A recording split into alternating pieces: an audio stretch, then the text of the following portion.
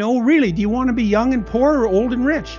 It's like, I'd pick young and poor because you can't buy youth.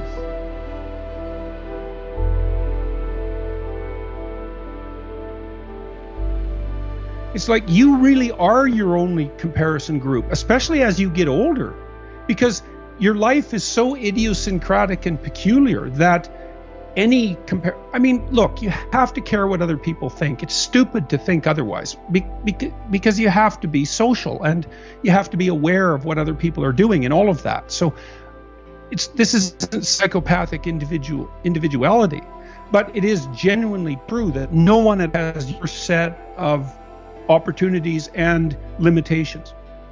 And so the comparison just isn't real. It can't be sufficiently multidimensional. Because maybe you see someone who's rich. I've met many people who are very, very rich. And you can look at their lives and they have these huge houses and material plenty,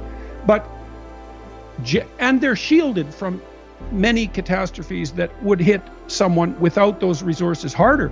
But their lives are still full of exactly the same troubles that characterize human life in general.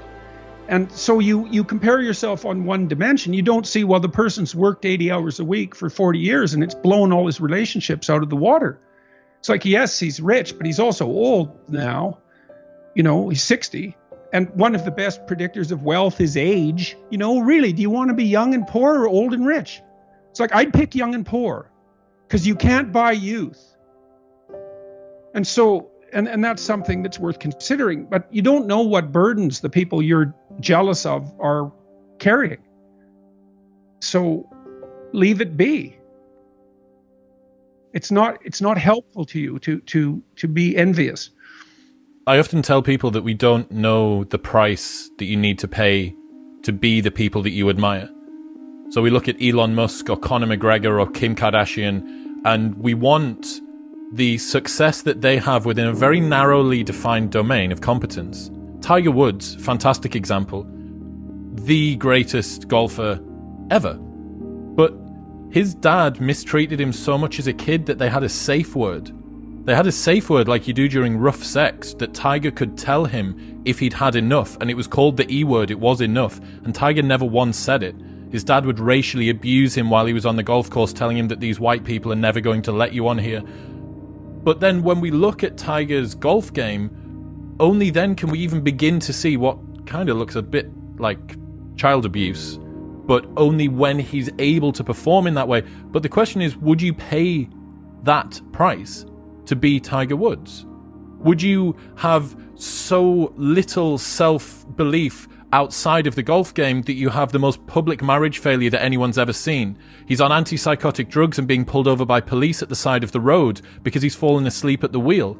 He's spent half a decade off the game because he's been injured because of how hard he's pushed himself. Do you really want that? Because that's the price you have to pay to be Tiger Woods. You can't just get the golf capacity without having everything that comes with it. This isn't pick and choose like clothes off a rail. This is a wholesale sale. You pick everything, warts and all. You need to pick their sleep patterns, their self-body image, all of the genetics they've got, the way that their brain feels when they go to bed at night. A lot of people, I think, if they were able to see the full package, they wouldn't pay that price. Yeah, and that could well be the right decision.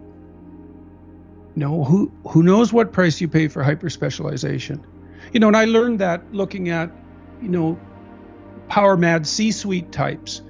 Well, first of all, they're generally not power mad because power is actually an unbelievably unstable way of establishing authority. You get slaughtered if you're not reciprocal in most reasonably functioning organizations. And if you're in an organization that only rewards the exercise of power, the probability that that organization is going to fail in totality is extraordinarily high. Because it's a tyrannical organization, it'll lose touch with its customers. So the C-suite types, they're working nonstop. Corporate lawyers in New York, they make $700 an hour, but they work all the time. And there are people who are suited for that. But it isn't obvious that that's for everyone, or that it should be, or that it's even desirable. Now, it's a temperamental issue to a large degree. You know, many of those people are hyper-conscientious. And so if they'll work, wherever you put them, what they would do is work. That's who they are.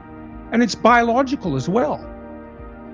It's not all biological, because traits are affected by learning and by environment in complex ways. But a huge chunk of it is that you're born like that. And that has advantages and disadvantages. So conscientiousness is a good example. It's a good predictor of long-term life success. But people who are conscientious tend to tear themselves apart if they become unemployed, for example. You know, sometimes you get laid off. You worked hard, but you get laid off. Well, people who are conscientious will tear themselves into pieces with guilt in that situation, because they tend to attribute so much responsibility to themselves. And so there's a price to be paid for conscientiousness. It opens you up to a certain set of vulnerabilities. So, you know, and you might be somewhat unbearable to your family too, because all you ever do is work. You know, you think, well, you want to be you want your father, maybe your husband, perhaps your wife, to be a good provider, but you want them to do that at the expense of everything else?